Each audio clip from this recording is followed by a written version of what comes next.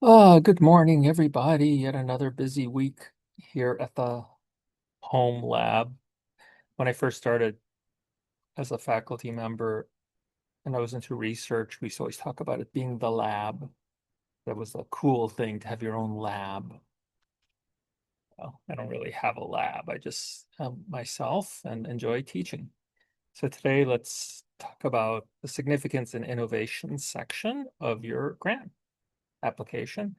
These fall under the approach. The approach. So again, we're working with this NIH type format, National Institutes of Health type format, where you will have your specific aims, and followed by your approach section, and then your approach section, you have your significance and innovation. So if you think about it, like you're writing a paper, when you're writing a paper, you start with the literature review. So kind of the literature review is kind of tied into these two sections that we're talking about today. So what's important to provide is background information to support the specific aims and hypotheses presented in the specific aim section. So you want to tell the reviewers why this grant is significant, right? The three key components of significance. In the first, present a case for the problem, answer the question, why is this an important issue? So to do that, you're going to, oh, my air conditioning went off for a second here. Present descriptive statistics and other supporting information for the prevalence of the problem. So this is like you do in a literature review where you're going to talk about why should we be interested in this issue? And of course you want to make sure that you play up the importance of the issue, particularly if it's a high prevalence condition. Really, you want to make sure people understand, wow, this is very, very, very important. It's important that we do something about this because this is horrific. This is terrible. It's like you're talking about Ebola or something like that. You want to play it up and explain to them why we really need to tackle this issue because people could die from it. Next is the literature review focuses on Next is the literature review focuses on what has been done so far, what is wrong with what has been done, and what you propose to do about it. So you want to review the literature for studies related to your idea. Make sure to explore every source available. And of course, we have a variety of different databases available, like for instance, Medline, PubMed, Psychology of PsycInfo, Education Eric, Google Scholar. I like using Google Scholar, to be honest. I think it's most comprehensive, and also in general, we have links to where you can get the articles for free, and that's not always available, and that's kind of sad, but that's you have to have access to the articles in order to read them. Now, thankfully, there are sites like ResearchGate where researchers publish or upload their articles, so you can get them for free. But I wouldn't, if you can't find the article for free, there's many ways to get it. Certainly check ResearchGate. You can always write the author. I've never met an author who wouldn't provide the article for you. I mean, it's not illegal for them to do it as long as it's being done for research. They're not trying to sell it or anything like that. And if they do, then that's a problem. So why such an extensive search? Well, researchers tend to use familiar search engines.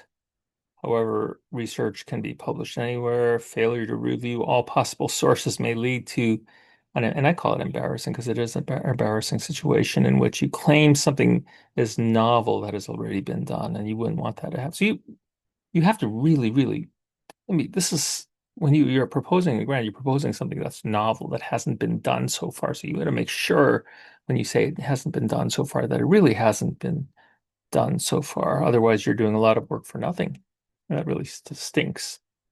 Once all the information gathered related to what has been done so far, reread the summaries looking for limitations. Okay, limitations could mean the researchers neglected key variables such as the impact of intrapersonal characteristics, used biased samples that do not represent your population of interest, use small samples, or use poor statistical methods. So, a lot of things that we're going to do have been done in some way, but we have to exploit the limitations of the work that's been done. And a lot of times people will mention them when they're doing their discussion. They'll say these are the limitations of these studies, right? Okay. Here's some interesting points that you should remember. Do not overly praise what's been done by others. Because if you do, the reviewer can say, well, if the past research is so good, why do we need another study? Or why do we need an intervention? So you got to be careful of that. So your goal is to say that although the past researcher meant well in what they did, it just wasn't good enough. Okay. That's what makes your study so innovative because you're trying to fill these gaps that were left by prior researchers. Okay. Now it's time to propose what you do, what you're going to do, right? So this involves presenting a theoretical framework. It's not required though, right? It's not required. But sometimes it's good to have a theoretical framework. The independent variables, the dependent variables, any intermediate variables, and any moderating variables. Let's talk about all these. So research involves deductive reasoning. So deductive reasoning is top-down type reasoning. So you go from the general to the specific. So if you have a theory, theory can lead to specific hypotheses. So you're learning from the theory, and based on reading the theory, you generate this hypothesis. Okay. That's what I mean by top-down processing here. The theoretical framework guides everything that you do. There's an old saying, and I can't remember who this is attributed to, and I don't really know if we know the specific person. I've actually looked that up before. There is nothing as practical as a good theory. Okay, so the theory is used to guide variable selection. In fact, you generally I'd write the theoretical if I'm presenting a theory, I'd write the theory used to guide variable selection is such and such, and then I'd go through it. Okay, so provide a brief but thorough explanation of the theoretical framework. I've seen a lot of students in writing whatever work they're doing, whether it's this or in their capstone, they'll say, we'll use the bioecological model, but then they don't really explain what it is. You still need to explain what it is. So provide a brief but thorough explanation of your theoretical framework. Your focus on explaining how the theory links together the variables in the study. And you provide a figure. Figures are very helpful, especially when you have these really complex theories. The next step is to do a mini literature review for each of the study variables. And I'm not talking about the covariates. Covariates are the variables you're controlling for because you need to control for them, but all the key variables. So link each variable to the theory as often as possible. So one of the things that is really important in doing grant writing is not allowing, and I've obviously talked about this before and you read about it, is never allow your reviewer to think. You never allow them to think. They should be just reading and nodding their head as they're going, this sounds good, this sounds good, that sounds good. They start thinking that's always going to be a problem. It could be not doesn't mean it's a catastrophic problem. It might be, well, why did you do this? I had that even in a paper we did. Somebody asked a really good question because we did this this analysis, regression analysis, and we did a lot of interactions, but we didn't have an interaction for age by, I think it was by depression, right? And then the one of the reviewers said, well, I just have one question, why didn't you do that? It's like, okay. So now you got to answer that question. It wasn't catastrophic. I hope it's not catastrophic. We haven't learned yet if the paper's been published, but I think it will be. And my answer was really good. So, it's not catastrophic, but you don't want them to ask those questions. Okay, so you need to anticipate that. Okay, so don't let them be confused. So what are these variables? The independent variable is a variable that is proposed to change a dependent variable. Really, that's the variable that the researcher has control over or manipulate. And it's not always going to be the case because you're not always doing an experiment. In an experiment, the researcher manipulates the independent variable. But in studies where you have this variable supposedly responsible for the change in the dependent variable, that's your independent variable. Okay. In terms of confounding variables, those are just ones we control for or competing causes. You have to be able to rule out their influence. So that's why we control for them, right? Again, this could be an issue if you're not controlling for them.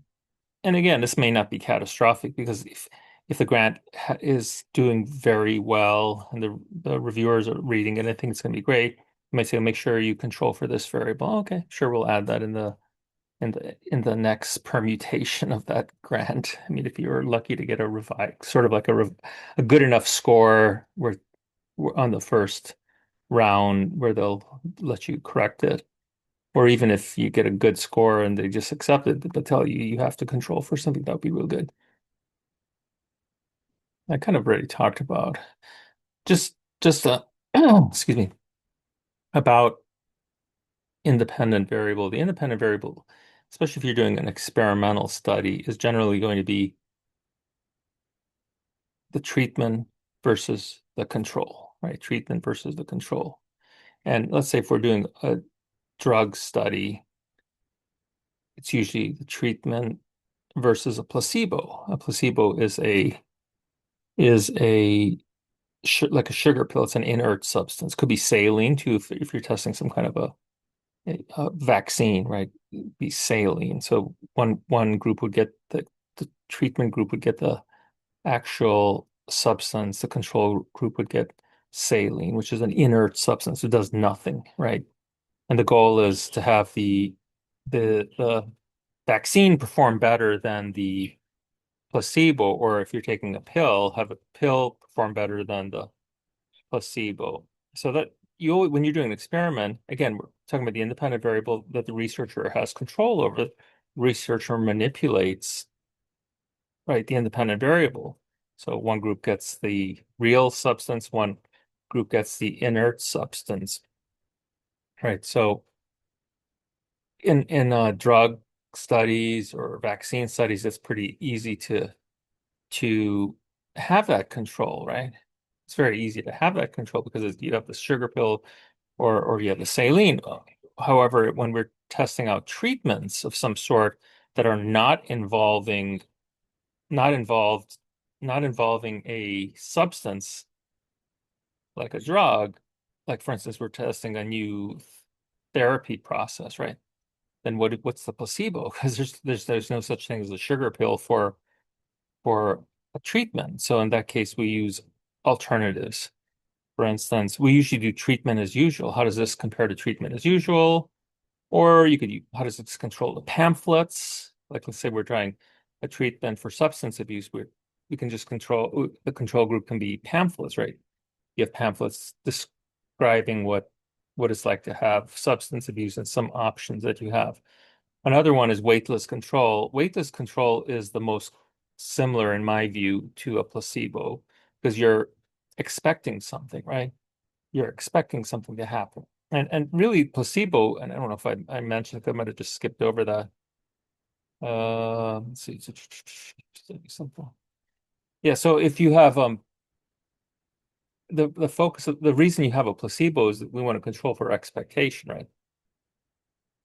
Because expectation has some benefits. Like if I'm expecting something to work, it's generally going to work to a certain degree. So that's a really good thing, right? So you want to control for that expectation. So that's why we include placebos. That's what the placebo effect is, the effect of that placebo on whatever the dependent variable is. So you're going to get better to a certain degree just by taking the placebo. So you're hoping that your substance works better or your treatment works better than that, or your treatment works better than treatment as usual. If you have more than one independent variable, now you can have more than one independent variable, especially in an experiment. You just want to make sure you discuss the others too, but you want to avoid having too many independent variables. Like say you want to say, does this drug work the same for males and females? So now you have two independent variables. One is the drug versus the placebo, and the other is male versus female. And then of course they can interact in some way. But then what if you say, well, what if does it also work well for African Americans versus Caucasians? So now you got to have three independent variables. It starts getting complicated, it starts getting fuzzy, and reviewers do not like that. So do not include unnecessary independent variables. The dependent variable, as I sort of alluded to, is whatever that's actually our focus variable, the variable of interest, as we'll call it. So it's the variable that will be affected by the manipulation of the independent variable. So it depends on the manipulation of the dependent variable. All right, so again, so that, I mean, I'm just going to say that, and one of the things that's really important though is understanding the level of the level of your depend or the distribution of your dependent variable. Is it continuous? Is it discrete? That's actually a very important issue in terms of your statistical analysis plan. Intermediate variables are also known as mediator variables. Many processes are not direct, right? So here we have an independent variable and a DV for the dependent variable, and the effect is direct in this case for this value C here. But that doesn't always work out that. Sometimes we have what are known as mediated variables, and these variables channel the effect of the independent variable to the dependent variable. So if you believe one of those is there's a mediating variable in your study, please include it because again, the reviewer will will definitely want to know that if well, I'll probably ask about that. So again, you always have to rule things out. So if there may be a mediating variable, but you're not interested in it in testing it, you should say that in advance. It's possible that the effect of the independent variable and the dependent variable is mediated by such and such variable. However, previous studies have shown blah, blah, blah. So you want to anticipate what a reviewer will think. You always think about what the reviewer is going to be thinking. You got to really incorporate or appropriate the reviewer self into yourself, right? So you have to be able to think, this is what a reviewer is going to say. This is what a reviewer is going to say. And the reviewer is always this nasty person who will pick you, the yeah, but person. I hate yeah, but people. Yeah, but this, yeah, but that. Well, why didn't you what?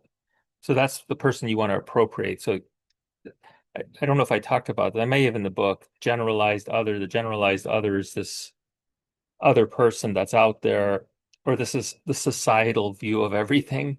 And in our case, we're dealing with a context that involves grant reviewers, so we have to appropriate their mindset. So every time we're thinking about something, we should be thinking what their response will be to it. Every time we're proposing something. Mediators are confounding variables. That's it. They're just included. So some people just control for them. Some people include them in the model. That's a really key point. Remember, confounding variables are related to both the independent variable and the dependent variable. That's where the mediator is right in between.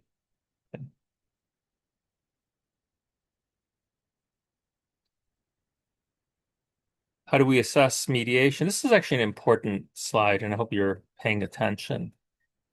So we do it, there's different ways to do it, but probably the most common way is using this Barron and Kenny approach.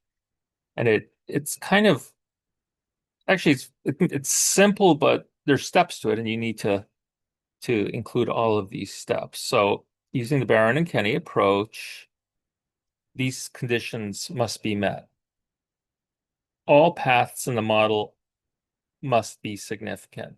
So if I don't know, I can't remember how I think P for previous. Yes.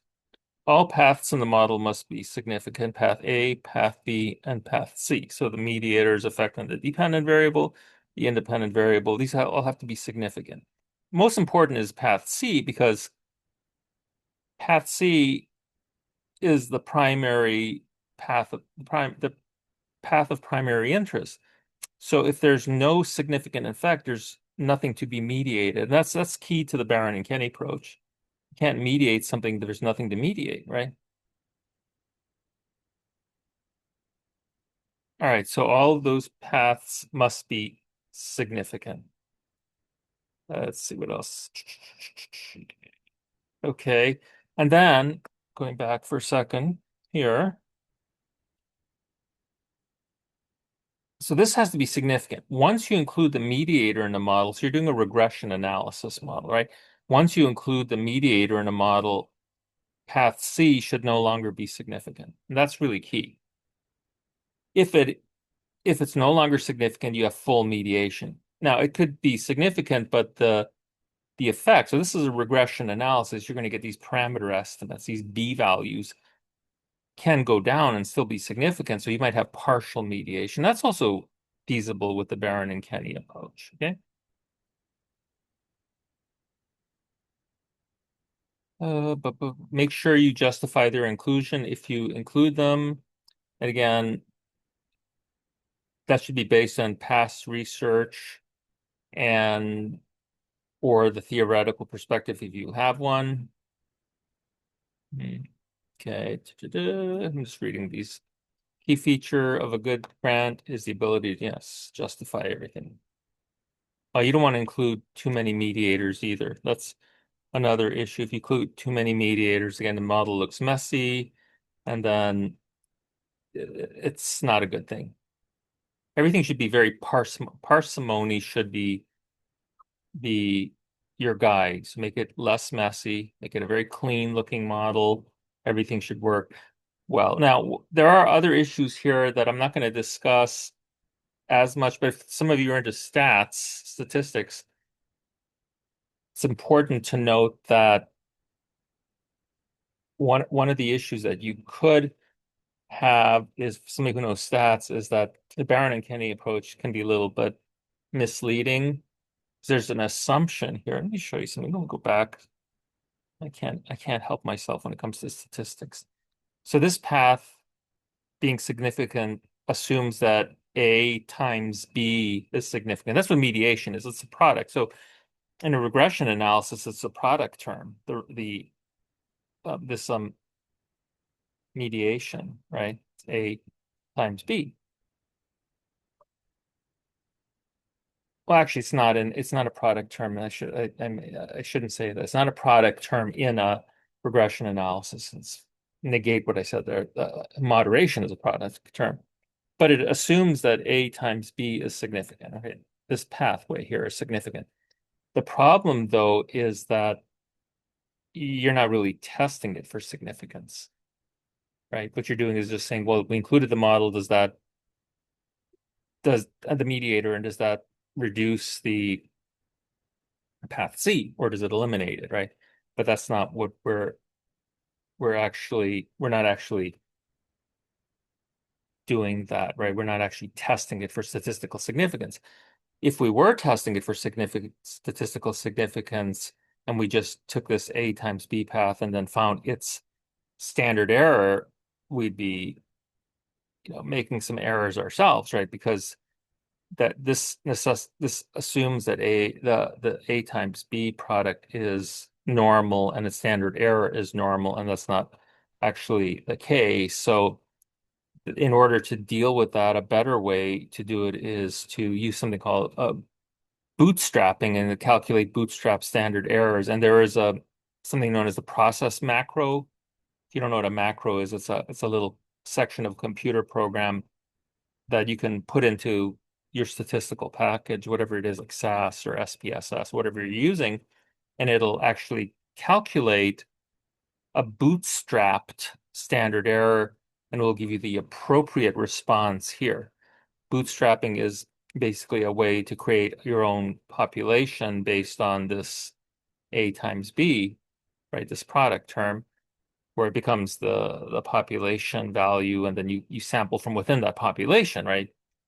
Because that's what if you know about statistics, one of the things we do is we have a sampling distribution that we use in order to get a standard error. The standard error is the denominator of all test statistics, like the Z test, the T test. There's always some kind of a difference, some model divided by the error, like difference between the sample mean and the population mean divided by the standard error of the mean. So you calculate a different kind of standard error. So while the Baron and Kenny approach is really good, if I were reviewing a grant, knowing statistics, I say, okay, well, that's fine, but can you calculate you use like the process macro or something to get a bootstrapped standard error? And from my experience, in many cases, when something looks like it's significant without doing bootstrapping, it's not significant when you do bootstrapping. So I think it's a good thing to add. You should do both. You should do the Barron and Kenny approach, and then you should do an analysis with calculating bootstrap standard errors. And one of the benefits of that using like the process macros, you actually get values that you can test for statistical significance. You don't get those in using the Barron and Kenny approach. You just say, okay, well, once we included the mediator in the model, C is no longer significant, or it's been reduced, and that's fine, but I'd rather get the values and actually calculate the proportion mediated and all that stuff. If it's partial mediation. I don't know if you like hearing all that stuff or not, but I love it. Let's talk about moderator variables. Moderator variables moderate the effect of the independent variable on the dependent variable.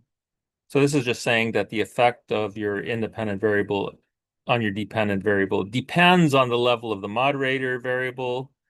So like, for instance, does the effect of the treatment differ for males and females? So in this case, gender would be your moderator variable. You want them to be, well, they don't have to be, but it's easier if they're binary, right? I mean, you can have more than two levels, but it's easier if they're binary. It's easier if they're discrete. I mean, you can have continuous moderator variables, but they become a little bit more complicated to understand, although they are understandable, and this software will allow you to do that. I was working with somebody on some analysis recently that she was presenting at a conference, and her her moderator variable was continuous, but using SAS, the statistical computer package, I was able to produce some graphs that allowed her to interpret these. So graphing is really, really key when you're trying to interpret a moderation analysis, right? Again, moderator variable is a confounding variable, but it's just included in the model. And I gave an example earlier, like having a lot of independent variables. Well, that's what you're doing. Basically, you're adding one of these potential moderator variables, one of these confounding variables into your model as that it was a confounding variable, but now you're actually including it in the model. But now because it's included in the model, you're analyzing it, right? Okay. So that's something you got to consider. But again, it's better to use discrete rather than continuous variables. However, there is a caveat here. We don't like converting continuous variables into categorical variables. Now you can say what we're doing. I mean, in the model, you can have it as a continuous variable, excuse me, but to graph it, you might turn it into a binary variable, but you should really not convert continuous variables into categorical variables because that's not what they are. Now you can maybe justify it if, for instance, you're looking at weight and there's these cutoffs for obesity and obese and not obese. Okay, so that makes sense then. If you include well, here's some I love these rules. I like doing rules. If moderators are included in your study, make sure they are dichotomous. I mean, this makes it simpler. They don't have to be, but it's simpler. Maybe you could have three levels, but then it just makes it more complicated. Again, being clean and nice in the grant, it's better than being messy. Also, make sure that you're not cutting continuous variables unless you have good rationale to do it. Like I said, if there's like obesity versus non-obese, you can cut BMI. Further, make sure that clearly identify what you expect to happen. How will the independent variable affect the dependent variable differently for different levels of your moderator variable? Finally, don't forget to justify their inclusion and tie them to the theoretical perspective. I'm hoping you're getting this this issue clearly here, that everything always has to be justified. Every single thing you do you cannot just throw something in there. Oh, we're gonna, and we're just gonna test for gender, see if gender moderates the effect of A and B. Well, you better justify why. It always has to be a why for everything. There should be no questioning, because if you don't, then I'll say, well, why? Why would you do that? And that's a no. Model, you have, what is the note? Ooh, that's cool too. Sweet. You do moderated mediation. Yeah, that's really cool. So you have mediation, but the mediation differs depending on the levels of the moderator variable. So cool. But be really careful not to overestimate your ability to answer some of these questions. Again, you don't want it to look messy. But in this last point here says you can always hire a good statistician like me to do it for you. We can do all that stuff. Okay, some good questions you should ask yourself. What are your independent and dependent variables? What type of variables are they? Are they discrete or continuous? You should be able to answer all these. Are you proposing any mediator variables? Are there any potential moderator variables? If so, what exactly do you expect to happen at different levels of your moderator variables? What about confounding variables? So these are good questions to kind of review here, right? About your variables. Can you link all of your variables to your theoretical perspective? All right, for all the work you're doing in your literature review, your study is worthless unless you can show that it is significant. This means that your study will make a significant contribution in some way. For public health, this means that the proposed study must address a significant public health issue that isn't being addressed appropriately at present. It's not enough to address a current public health issue if it's being addressed already. So obesity is a critical public health issue. However, a study that assesses the effect of caloric restriction on obesity is not significant. Why? Because it's already being done all the time. A study that assesses the effects of exercise in obesity, that's not significant. A study that assesses the effect of mindful eating on obesity in minority adolescents is significant, right? Why not? I mean, that we have like an obesity epidemic, particularly among minority youth. So this would be something that is significant. Plan to make 3 to 5 significant points about your study. Make sure that you start by highlighting the public health significance of the dependent variable. Make sure you note that the research on public health issue is not adequate. Find your angle, right? I remember what's that movie I watch sometimes at Christmas? White Christmas, yeah. I think was it Bing Crosby? I think the guy said everybody has an angle. Must be marketable to grantors. For instance, diabetes in minority adults. That's marketable, right? Introduce your intervention, your independent variable, and make strong case for it making a significant contribution to public health. If you're proposing a new intervention or a drug, make sure that you can show that it is really needed and that no other present method is adequate. If you're testing a novel intervention for a public health concern addressed with an effective intervention, make a strong case that yours is a significant improvement over existing intervention in terms of cost, efficacy, and effectiveness. Grants are scored by reviewers on innovation as well. You can score highly on your significance and methods, but lose out on a grant because it's not innovative. In the innovation section, you must make a case that your grant is different from what's been done so far. When you read the literature, you identify gaps. I mean, I'm writing a paper right now, and the first thing I'm doing is thinking about the gaps. What are things that is what's wrong with this study? And every study has some flaws. I don't care what people say, they have flaws, and you can identify them. And you should, that's one reason why people take research methods. Like I'm teaching research methods simultaneously this summer to the psych program, and I'm talking about all the gaps you look for in the literature. If something hasn't been done before and is clearly needed, your study will be making a significant innovation to the field. And it can occur in different ways. It can be a novel method for conducting research, right? Like I'm doing some work with area under the curve in novel ways that haven't been done so far. So that's like one of the things I'm just too busy to write a grant for it. So I'm just doing the studies, but it's kind of easy to do because there's a lot of data out there.